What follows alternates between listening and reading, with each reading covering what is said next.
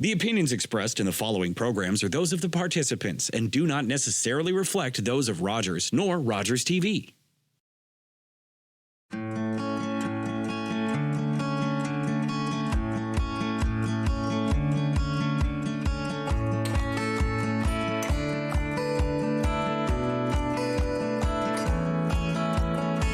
So, John Fleming here, former chief planning officer for the City of London and a chief planning officer when it came to building a greenhouse at the food bank. Last time we had such a good time, and I heard from a lot of folks who saw our last installment who were really thankful that you were able to, not just go off into retirement and ride into the sunset, but that you'd actually come forward and help this poor old guy from the food bank to try to get a greenhouse started, which is great. But I did want to talk to you in this round, John. Thank you for doing this as well. I want to talk to you about this round, just about urban agriculture and where it's going. This has nothing to do with the food bank. It's everything to do with London and its future. But I noticed there that you were wearing your Western T-shirt. Yeah. And, yeah, I know. Good for you. And I know that you're teaching up there. What is it you're doing up there? Well, Glenn, I'm working with a couple of different centers up there. One is the Human Environments Analysis Lab. That's led by Dr. Jason Gilliland. Yeah. And that very much deals with all kinds of urban issues and a really bright group of young people that are learning about urban issues, but digging in. So these are PhD candidates, these are master's candidates, and a whole supporting group of students behind that. Also working with the Center for Urban Policy and Local Governance with Martin Horak, who I believe you know, and Jason. I know them both. They're both great. Yeah, they're fantastic, both of them. And also Michael Bazzelli's there as the new chair. Godwin Arku. So it's a great team. That's the Center for Urban Policy, Local Governance, and they very much are looking at, well, as the name says, local governance issues as they relate to the development of our urban areas. So it's really interesting stuff. Lots of overlap with what I did in practice for over 30 years. But I'm also teaching. So in a very tangible way, I'm teaching. What do you think?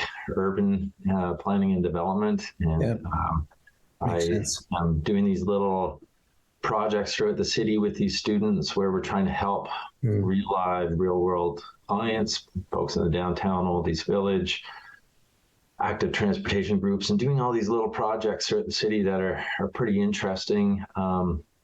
But the students are doing the research, lots of primary research, and digging in and coming up with results and recommendations. So it's this nice connection between city and university. And so it's a lot of fun, loving it. And you're building the future with these students, so that's great. So listen, this show is called Food Bites, so you and I have to concentrate on food here. Yeah, right. So I'd like to do that, and I find it interesting that someone like you, you're so aware not just of the London scene, but of the broader perspective, probably around the world, but especially in Canada. And I know that you put things like urban agriculture within the framework of the London Plan, which is what we had talked about last time. But I do remember you saying or writing that you had a party at your house in which you hosted a number of people, and then all of a sudden the idea of urban agriculture landed with you in a way that it hadn't before. Could you explain that a bit? You bet. I'd say there are two epiphanies, and I'll start with the first one that you mentioned, which is the party. And it was kind of a fun little gathering prior to Christmas, and everybody was asked to bring a little bit. It was a bit like a potluck dinner, but what I did was I put sort of a ledger-sized piece of blank white paper, just taped it to the wall, and we all, after we had done little pieces of the meal, we all kind of mapped where the food came from that we're eating. And of course, there was like coffee and there was wine. But there was also produce, all kinds of things that had the labels on the packaging. And I started to realize, I had drawn out a very crude kind of continental kind of map showing the different places in the world that people could map their food location on. And Glen, wow, you couldn't believe how far-ranging the location of these food sources were. And I started to think about what is the greenhouse gas implication of bringing that food from so far away.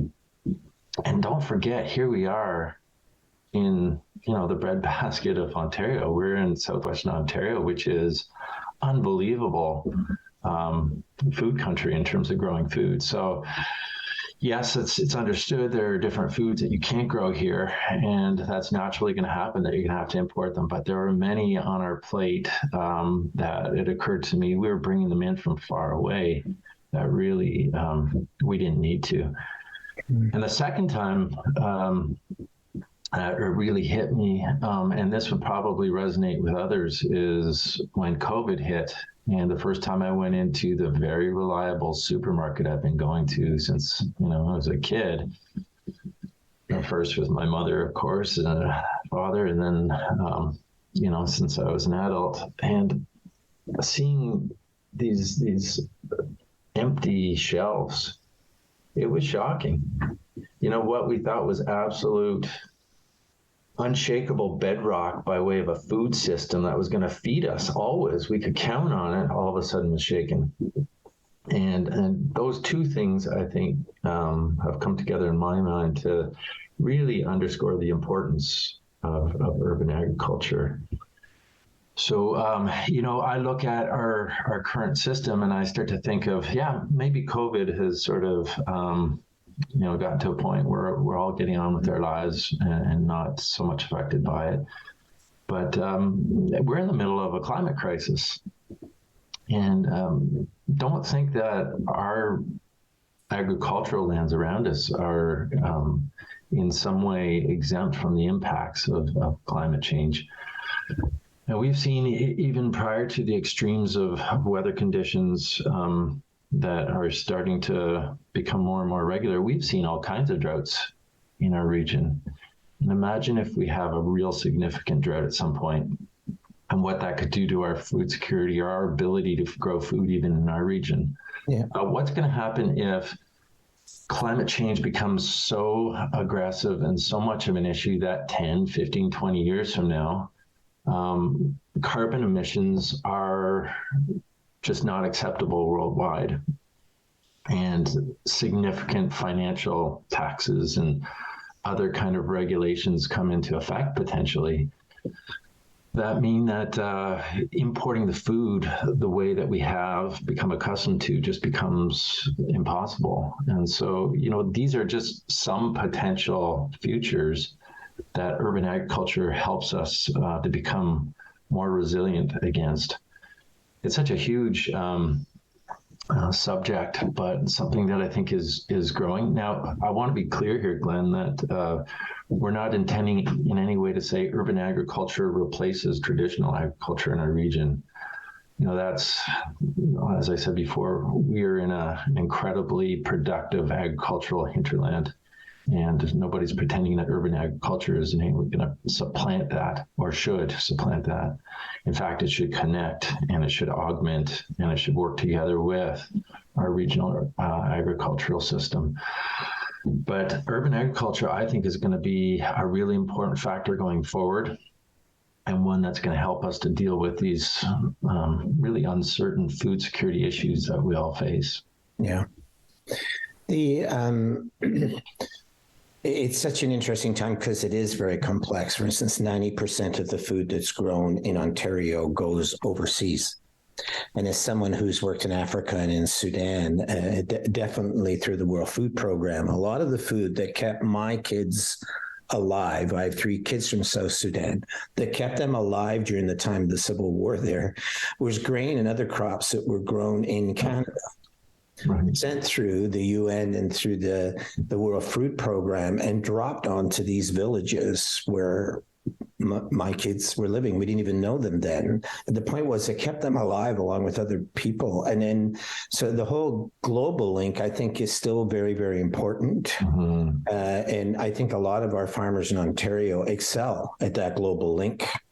and being able to do all sorts of things that are really interesting. So in that sense, it's good for the economy. On the other sense, we've got farmers here that have been in this region for perhaps a century, maybe even longer through their family tree, and but now they're going out of business. So we have this thing in which the local farming situation is much more vulnerable than the global situation. And yet, as a result of COVID, we also saw how vulnerable the global situation was. Supply lines, ports that were closed, airports that were closed, all the pesticides and all those things that come into food from overseas. So I think it's pretty complex. I don't think it's easy, but I think I do see something of a future, John. I wrote a book a couple years ago called The Third Place, but it was about this idea of growing inside abandoned buildings. Right. California is doing that like crazy. Other places are as well. So rather than retrofitting them for occupancy or industry or whatever they were going to do, they were set up as vertical gardens, and they began to use computers, modern technology, other things, great amount of information, and they've begun to grow inside these buildings in ways in which they're growing crops that could not normally be grown in that region, crops from around the world, because they've been able to condition the circumstances to grow those things. Do you see, it seems to me that in urban agriculture, as we work out this larger global piece and as we try to figure out the local, do you see a sense in which the farmers, even in the region, could begin to help us to develop these interior farms, these vertical farms in large buildings, huge buildings that need to be retrofitted if people are going to live in them or whatever, but could more easily be redesigned in ways to help? Do you see that the farmers who are running in trouble in the land and having trouble making it work could, in a sense, really help people with urban agriculture to grow this stuff? What's your view? Well, there's a lot of elements to your question. And the first one, I think, is about growing food more locally. And that's both on land in sort of the traditional agricultural ways, but in new ways. So, yeah, you mentioned vacant buildings. I know, for example, a group that I'm working with at Kellogg's right now are actually doing urban agriculture within their building. Walked by the other day with some students on a bit of a tour and look down in there, and there's stacks and stacks of vegetables being grown in the former Kellogg's factory. You know, very high ceilings, really amenable to that kind of use. And you know, the changes that were recently made by the city allow for that kind of growing of food within a variety of different locations by way of planning permission, zoning regulations. So they've opened the door, thankfully and gratefully, they've opened the door to this kind of growing in urban conditions. Can the agricultural community that's been more traditional help? Absolutely. And we've seen that, Glen, I think, at the food bank. When we wanted to do a greenhouse, it became very clear, you know, we're urban folks that are pretty simple when it comes to our notions of growing food. And then Luis Reyes came along, and wow, what a difference since he came on board with all of his knowledge on how to grow food. And so those folks that are in that sort of regional, more traditional agricultural field definitely have this unbelievable knowledge that can help us on the urban ag front. Like I said at the beginning, I don't think that urban agriculture is in any way going to supplant the more traditional agricultural in our area. I think it's working together between those systems, and actually more of a unified food system between urban and more rural environments. But certainly that's an invaluable resource there. Yeah. But the other thing I'd say is that, you know, this idea of growing more food locally, I think, is key.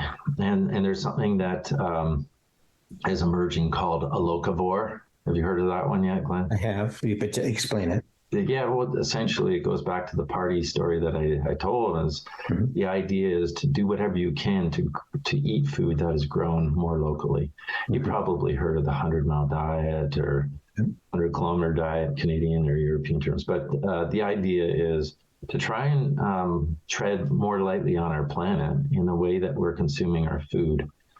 And so you can only do that so much if food isn't being grown locally. So there's the other side of that. There's the consumer side that's looking to do that, but then there's the production side.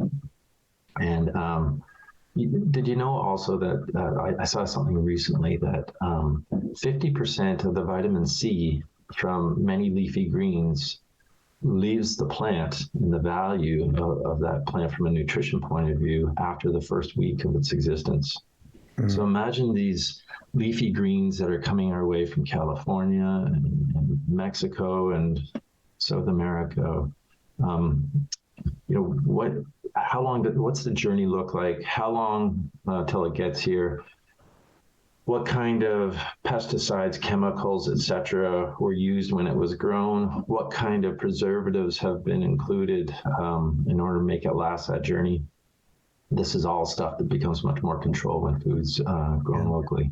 And the last thing I'll touch on that stems from your question is about the technology that's emerging. So growing food indoors, LED lighting has really made a huge impact in the ability to essentially do what the sun does and provide what's required by plants in order to grow nutritious crops.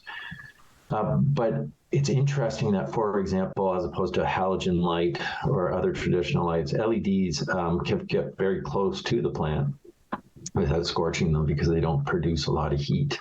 LEDs can be connected easily to computer systems so that the wavelengths of the LED light emissions can actually be altered to benefit different types of crops. Yeah. So the way that different plants work is they're looking for light on a certain wavelength. So it can become very scientific in terms of the technologies that are being used now, in terms of climate control, in terms of reusing water, introducing the right kinds of nutrients into the hydroponic system.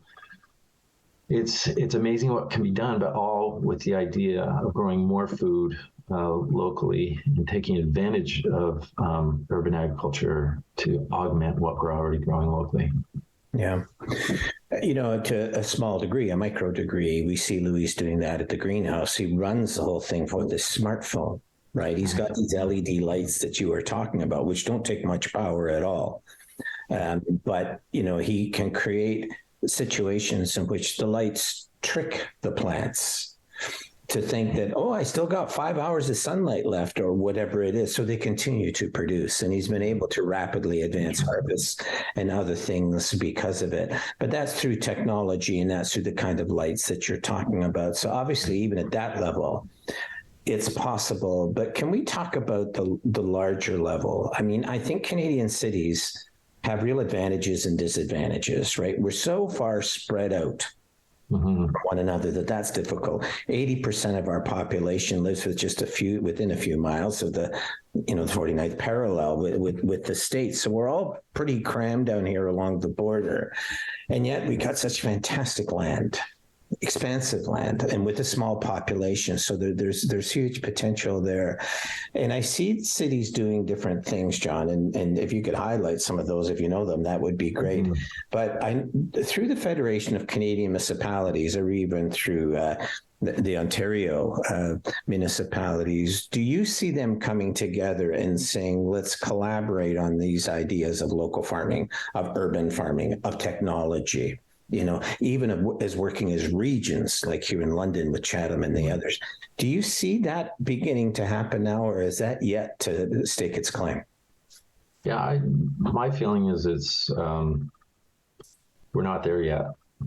I feel that the whole field of urban agriculture, and we saw this when we were trying to develop our greenhouse, and then since then helping others to develop their greenhouse, it's very siloed, both between municipalities and in terms of even the agricultural products that are available. It's not easy. And so, when we talked about changing the city's regulations and policies to make urban agriculture easy, what you're describing would make urban agriculture a lot easier as well. And that is some sort of nationwide, province-wide support mechanism to help municipalities, to help individuals who want to participate in urban agriculture, to wade through some of the regulatory issues, to purchase the right equipment, because in an urban setting, the equipment is often much different than what is required in a rural setting. So yeah, I think if you put your finger on, Glenn, a missing piece. Sure, there's lots at a regional, provincial, and federal level to support more rural agricultural initiatives, but not a lot, I don't think, that's really intentionally supporting urban agriculture. And I stand to be corrected. Perhaps I just don't know, but the fact that I've been working with you on this and haven't bumped across that yet, I think says something. It seems to me it's overlaid by our working of federalism. Federalism, of course, is what started, with Confederation a long time ago. But back then, the idea was really that you have these three jurisdictions: federal, provincial, jurisdiction. But the baby of them all, the runt of the litter, was always local stuff, right? And so you have a political system that really, and I saw this when I was in Ottawa, it could really have hearings, bring people in and talk all about how to send food overseas or to help the large farmers, even technology for them, giving them tax breaks and other things if they would work towards doing things that would lower their carbon footprint. We did all that, but locally, where so much of the innovation can happen and where the consumers really live, right? There's not a lot there. Now, I realize that that's changing a bit from the provincial and federal levels, but it still seems to me that part of what we lack at the local level is actually political clout. So if I'm a municipality, I can't raise taxes. I can only raise property taxes. I can't go into debt. Right. So if I see a big thing, a big opportunity for urban agriculture in my own community, I can't go into debt in order to acquire it. I have to somehow either attract businesses to my region that have that capacity, or convince the larger jurisdictions, the province and the feds, to put funding into this or change policy so that I, as a local government, can start to do it. And it does seem to me that a big part of the problem, as like with homelessness, is that local jurisdictions actually don't have the tools necessary to fix it. Do you think that's true around the urban agriculture thing for cities? I certainly think there's a lot of truth in what you said. I think that the provincial, federal, and even municipal level tends to focus on the big pieces. So it's like the big farms or the big food processing plants. I point to London Economic Development Corporation, who I think are doing a really great job. Kapil Lakosha is there, great leadership, and very much focused on the food sector, understanding where we are in this agricultural hinterland here. A really special place to do that kind of food processing. You can see Maple Leaf just recently came here. And it's really important that somebody has an eye on that big picture. What I don't think the feds and the province are really focused on is, how can we address our food security issues in part through more grassroots initiatives, urban agriculture being a really important one? How can we grow food more locally? And it's tough for them because what it really means is supporting more grassroots initiatives as opposed to a big project, which is much easier for them to kind of think about, track what the jobs are associated with. It's just more tangible and easier to focus on, I think, for senior levels of government. But what I'm really interested in, Glenn, is this idea of growing food locally and making it part of our neighborhoods. Yeah. And so, again, it's a grassroots, pardon the pun, grassroots type of approach to food security. And again, it's not intended to be the only way that food security is achieved, but an important part of the system. So let me explain what I mean by that in terms of neighborhood urban agriculture. you mentioned indoor growing, and it's becoming more and more prevalent.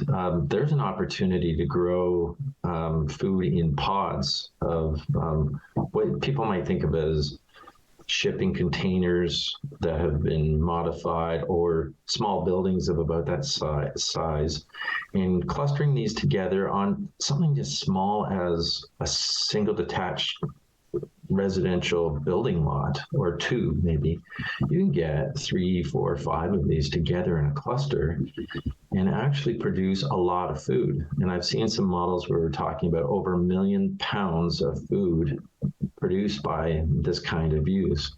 And again, they would use that high tech kind of approach where they would have, first of all, it'd be vertical farming within these units. They'd be using LED lighting and other technologies to stimulate growth.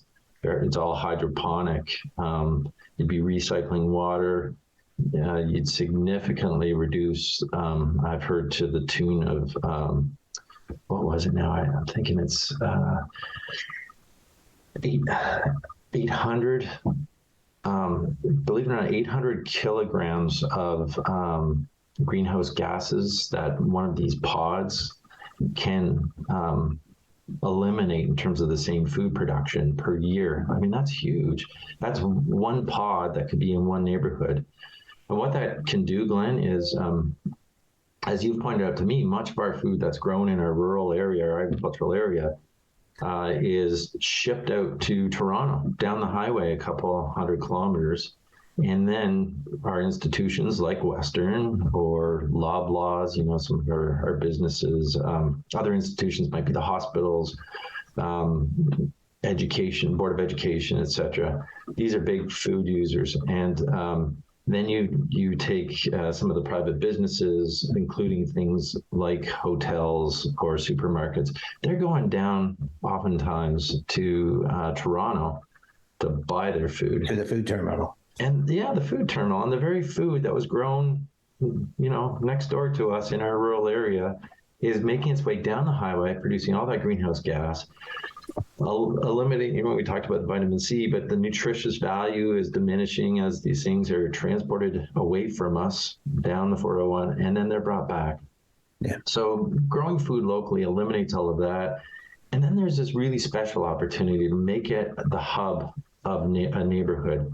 And so, you can grow your food in these kinds of indoor facilities, these clusters that I'm referring to, but you can include markets around them. You could include opportunities for food education. You could have food processing, so you can have local neighborhood relishes and jams and salsas and those kinds of things. You could have cooking classes. You can have plant swaps. It all becomes part of the fabric of a food neighborhood.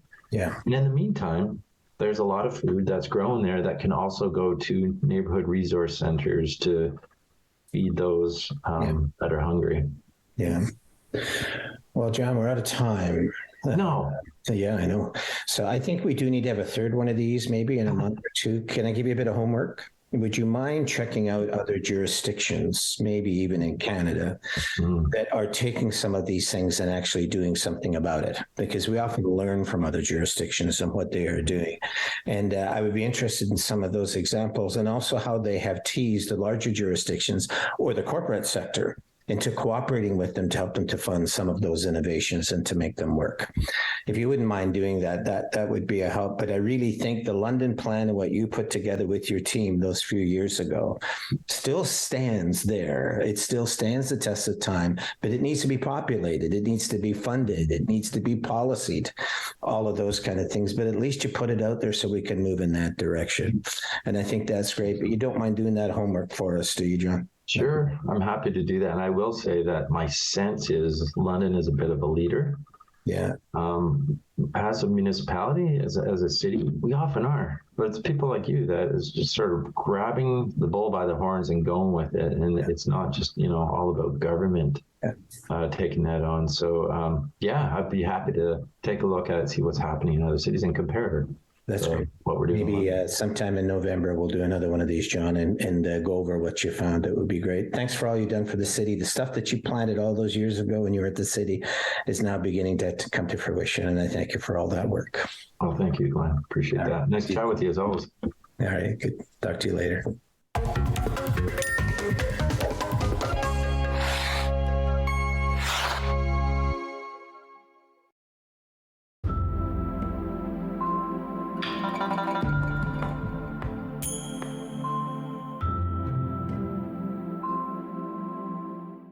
Here we go. Believe me, you've never heard a talk show like this. I'm sleeping with Joe Carter. By the way, Joe did not touch them all. Yeah, I have to say, like, your voice is fantastic. Meet Smitty. Listen, I'm the brains here. And Mitty. And I'm the good-looking funny one. This is the Smitty Mitty Show.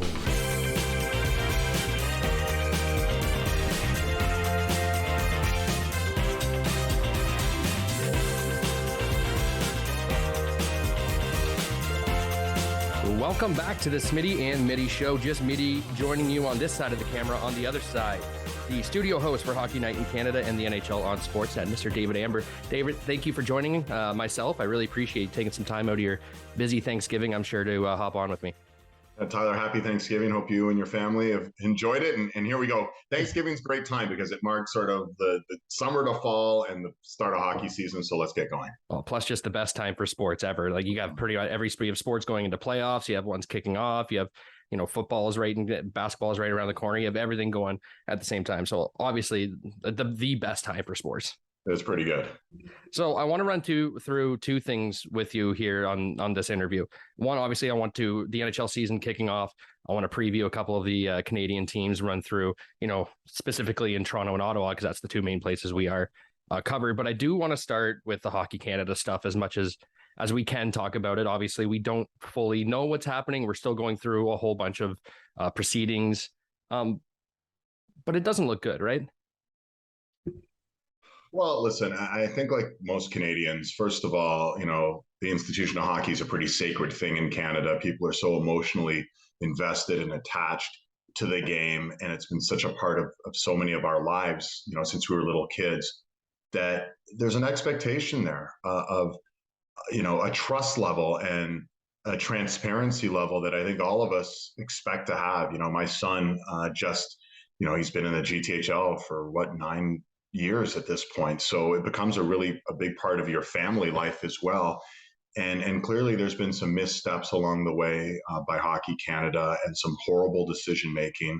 And I think there's a lot of hurt people right now and a lot of people who don't understand what's happened. We all just want transparency. We want to know what happened and why.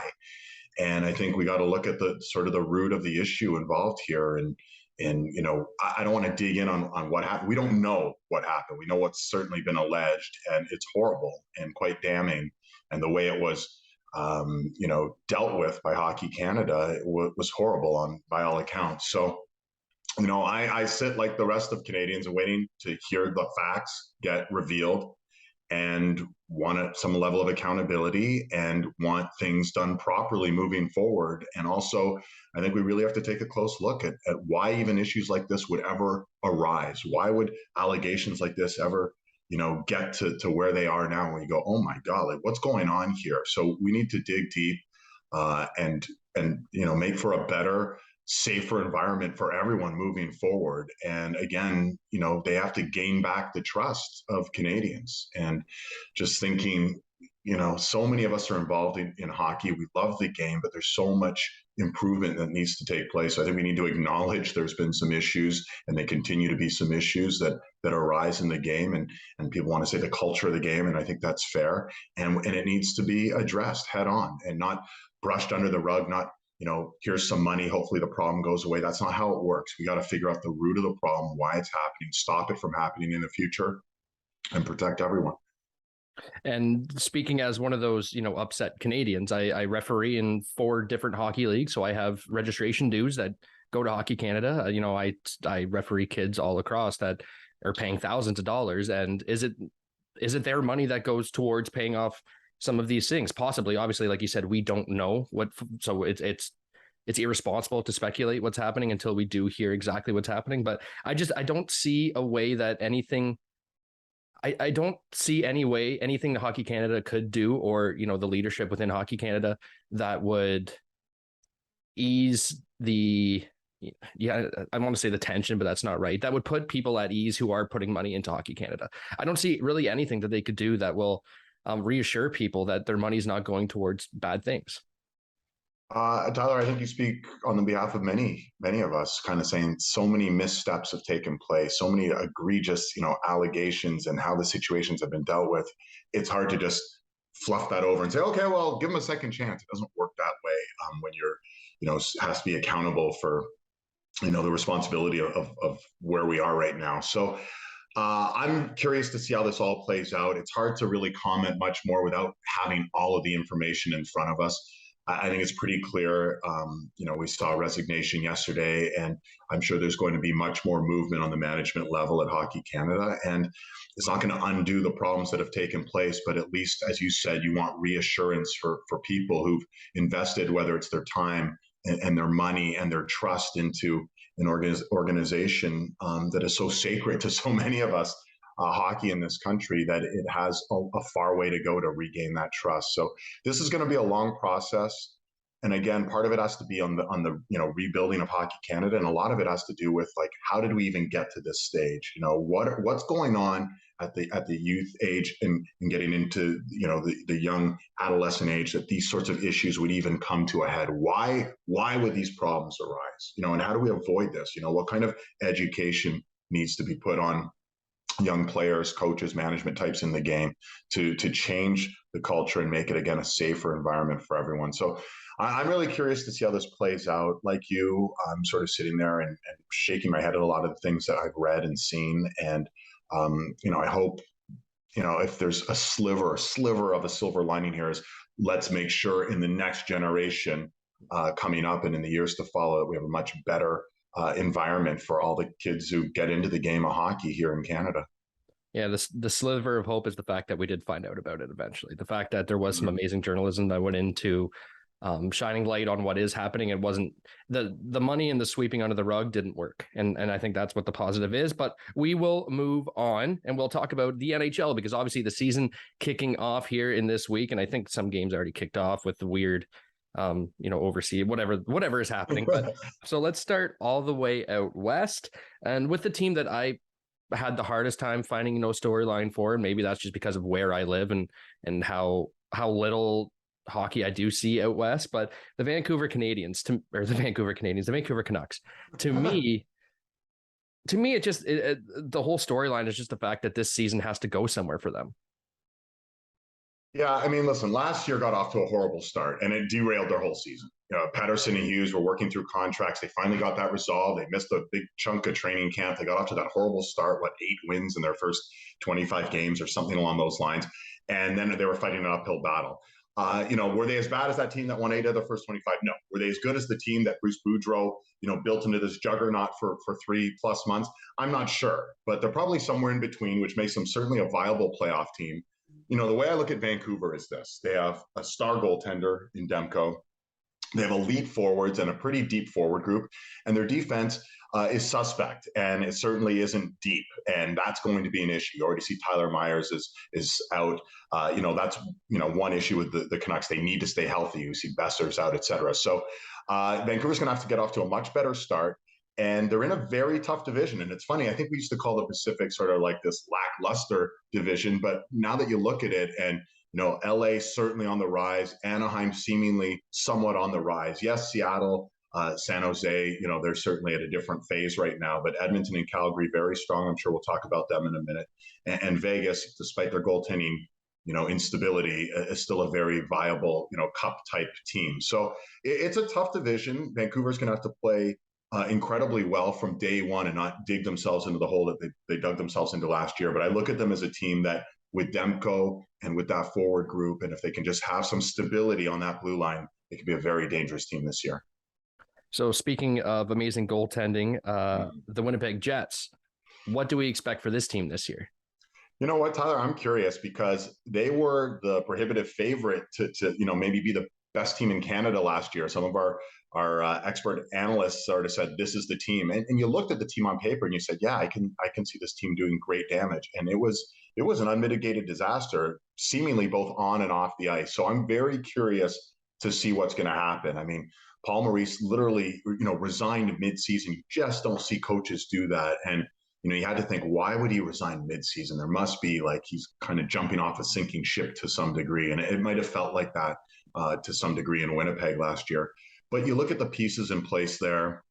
One thing I want to see is, Connor Hellebuck, maybe can't be starting 63, 64, 65 games every single year. It's not to put it on him because he's an elite, stud goaltender. I just think they need to manage his minutes. I think Rick Bowness is going to be there maybe to help out and relieve some of the pressure.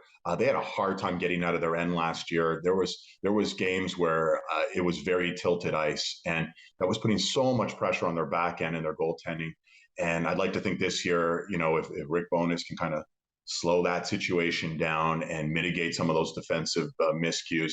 The Jets are this enigma. I'm not quite sure. They're a team that you could go, wow, they might get to the Stanley Cup final, or they're a team you go, wow, I can't believe they missed the playoffs. They're in an incredibly tough division. When I talked about the Pacific getting better and deeper, I think the best division top to bottom in hockey is the Central Division. So they're in a tough division. I love the individual parts. Let's see if the sum of those parts can really live up to expectations this year. Yeah, just ask the Montreal Canadiens. The best goaltenders don't stick around forever. Eventually they flame out, and you kind of got to take advantage of those while you have them, because they don't come around every year. No, absolutely. Connor Hellebuck's only a couple of years removed from winning the Vezina and being a Vezina finalist. And, again, I do think, the parts there, when you look at them and you look at the up front, the health of this team is going to be so key. You can say that about any team, but I love sort of the group of players. I'm just wondering if the chemistry is going to be there. It was really interesting. You don't see a team really strip the C off a player very often like they did with Blake Wheeler. It was kind of funny. And Blake Wheeler is a super competitive guy. And he sort of said, yeah, it was interesting. One of my first conversations with the new head coach is like, okay, well, we're losing the C. So I wonder how that's going to play out. There's been all this speculation that, maybe there hasn't been the best dressing room environment, and that guys have been, it's been a tougher environment in there. And I'm not sure, what to believe and make of that, because the individual players, I think, are fantastic players, and they seemingly are good guys too. But maybe something was off in the chemistry last year that will be, addressed this year and could be better. And if it's better moving forward, I think that bodes really well for this team. Speaking of head-scratching team, the Edmonton Oilers always seem to have the roster to be Stanley Cup favorites, but when you put them up against a Stanley Cup, eventually championship team, they get swept. So what can the Oilers do to push themselves over the limit and not waste another year of Connor McDavid?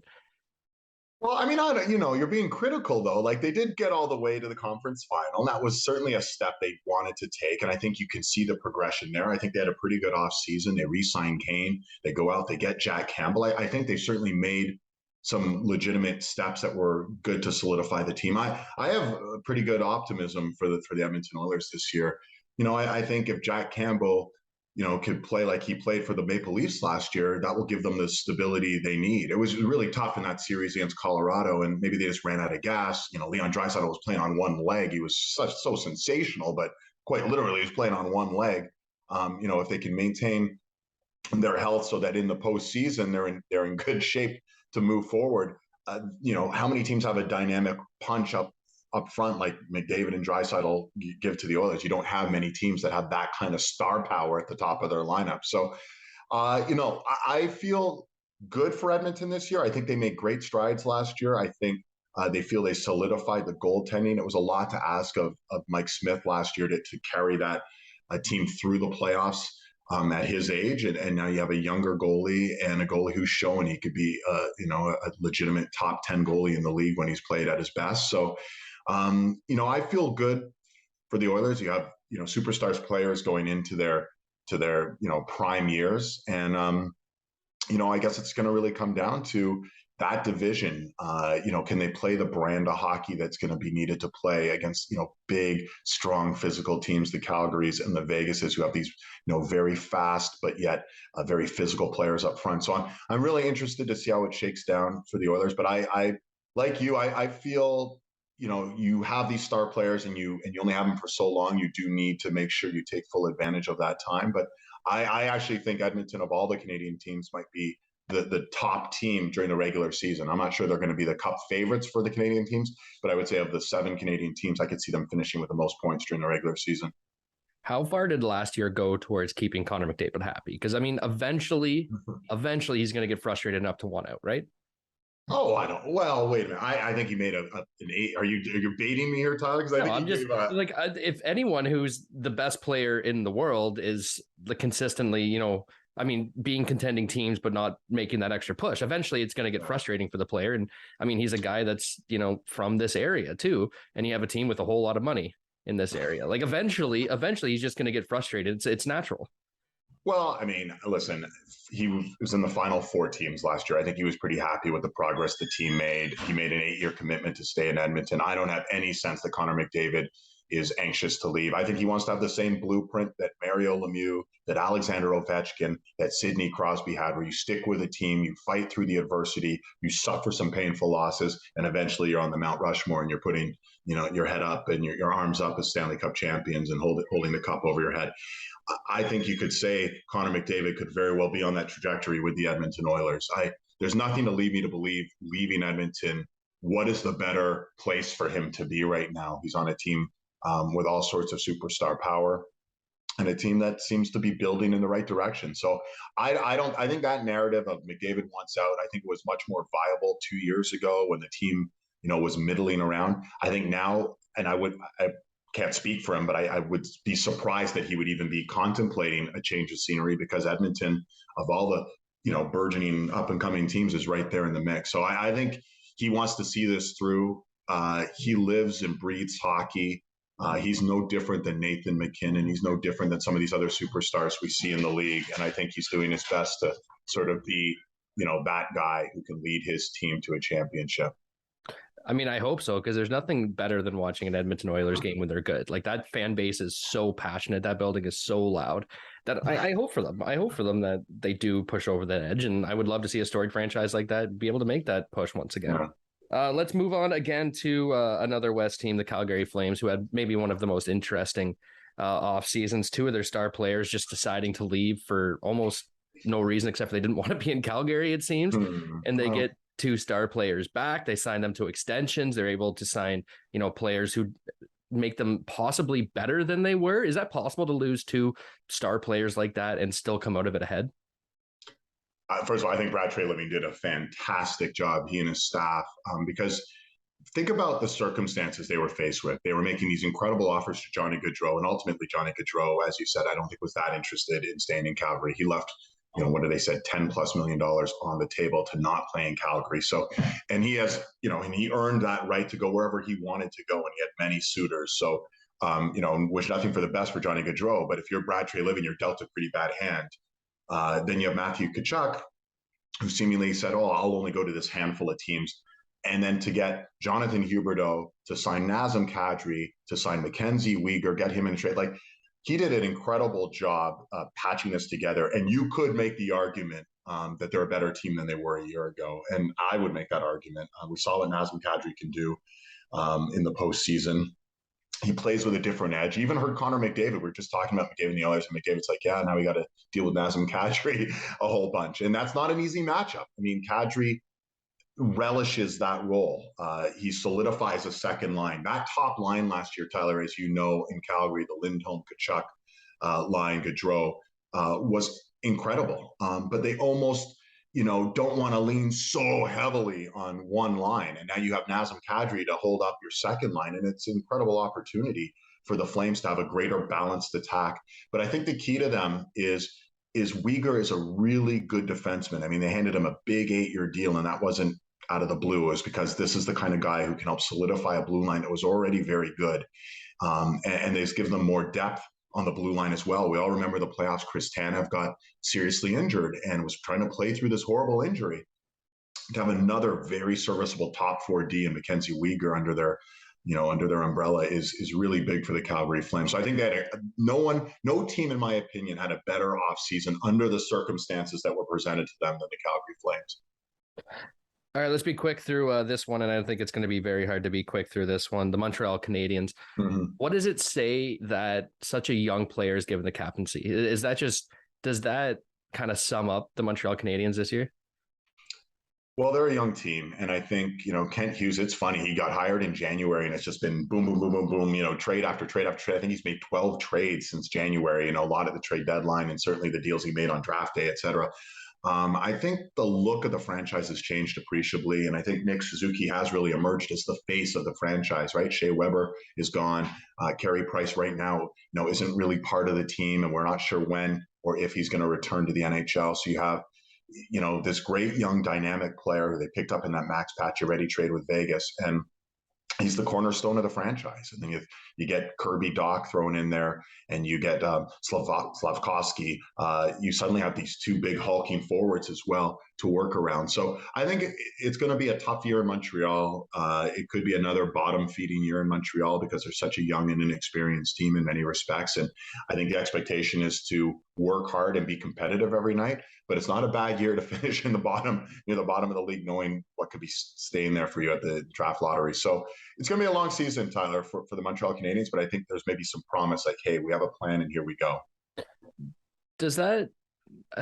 What do we do with the pandemic year then? Because obviously the Montreal Canadiens had this like storied run and then just immediately went back to the bottom. Was that just a fluke with how the playoffs were set up, or were they just playing that well going into that time?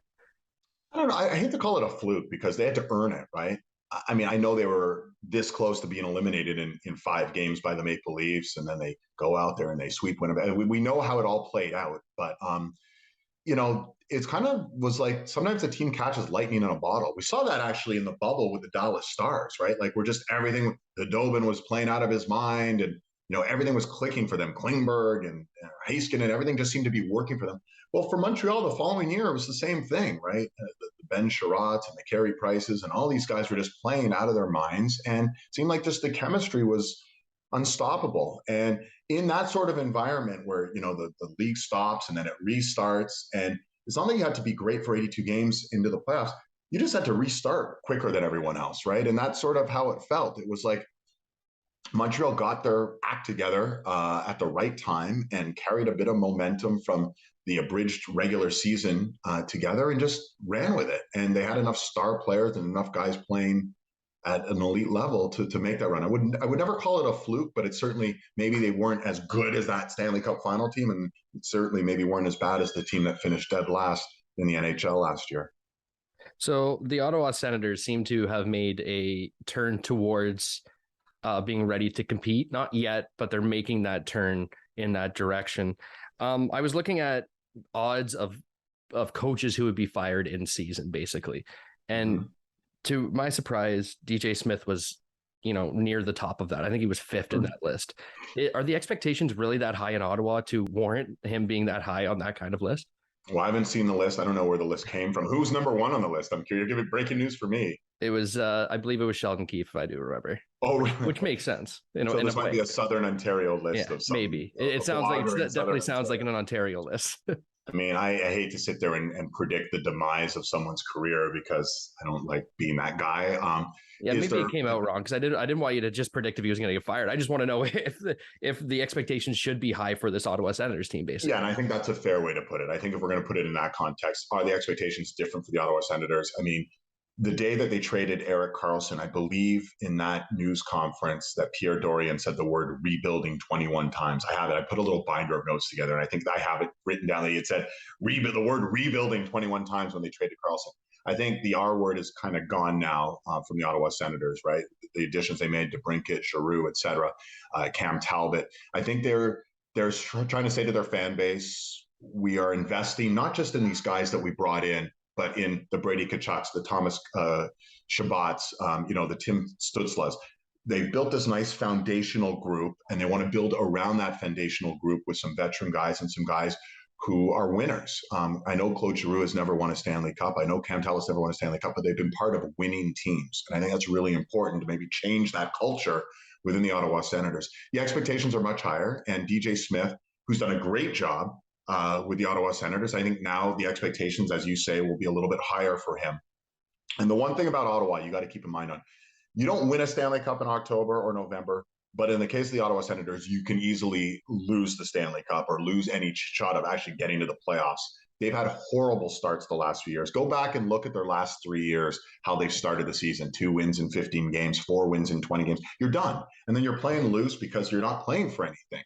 What DJ Smith has to do, it's incumbent on this Ottawa team, is come out of the gates. Even if they're just 500 through the first 20 games, that's enough, because they seem to be a team that can build on some momentum and get going at the right time when it does matter. The problem for them is they've buried themselves so deep previously, and they certainly haven't had the playoff caliber teams that they do this year. So this year, what's most interesting to me, Tyler, is how they come out of the gates. And you're right, DJ Smith and how he coaches a team with different expectations would be different for him. But I do think he's up to the task. So we don't have a whole lot of time, and how do you squeeze all of the Maple Leaf storylines into this little time? But we'll try. And I think it's got to sum down to the goaltending, which it always is in Toronto. Do you believe in this tandem goaltending that they put together? Honestly, that's the $64,000 question. The curiosity surrounding this goaltending tandem. Are we going to get the Stanley Cup Matt Murray, was unstoppable and was just such a huge part of those back-to-back wins for Pittsburgh? Or are we going to get a guy who can't stay in the net? And it's just been injury prone essentially for the last, couple of years. So I hope for his sake, his health first and foremost is good, and that he can handle the pressure of being in a situation like Toronto, winning those cups in Pittsburgh. There was probably nothing more pressure packed than being in a Stanley Cup final for sure. But even the regular season in Toronto, as you know, is going to be a pressure cooker because the expectations are so incredibly high. And there's been so many disappointments that he shouldn't be burdened with from the last 6 years. But he's going to be part of that storyline. Samsonov, I don't know what to make of it. You hear mixed reviews, right?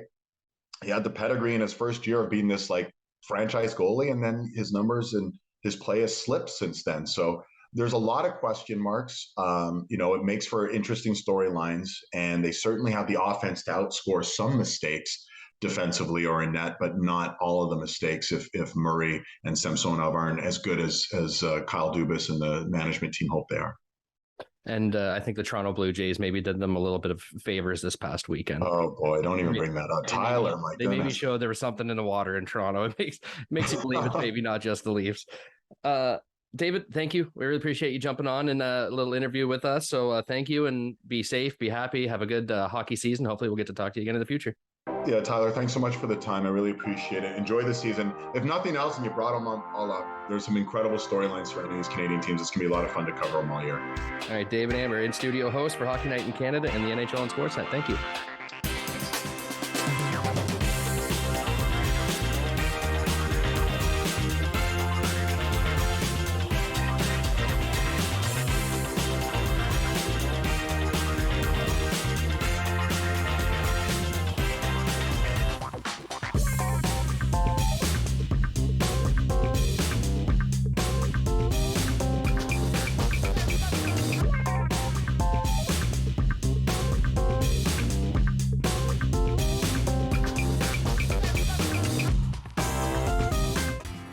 This is the Trillium, which is the symbol of Ontario and our provincial plant. It is a myth that you would get fined for picking a Trillium. You don't actually get fined, but it is a native wild plant, so you never really want to pick plants anyways. Traditionally, you see pictures of the white Trillium, but this one was a dark red, and there are some that are yellow and some that are actually white and green. The Trilliums you see really come out in April, May, early spring. They are one of the first flowers you see. Closed captioning is brought to you in part by Raven Reads. Unbox Indigenous voices. Subscribe today at ravenreads.org. Call the Rogers TV viewer response line. Email us or connect with us on social media.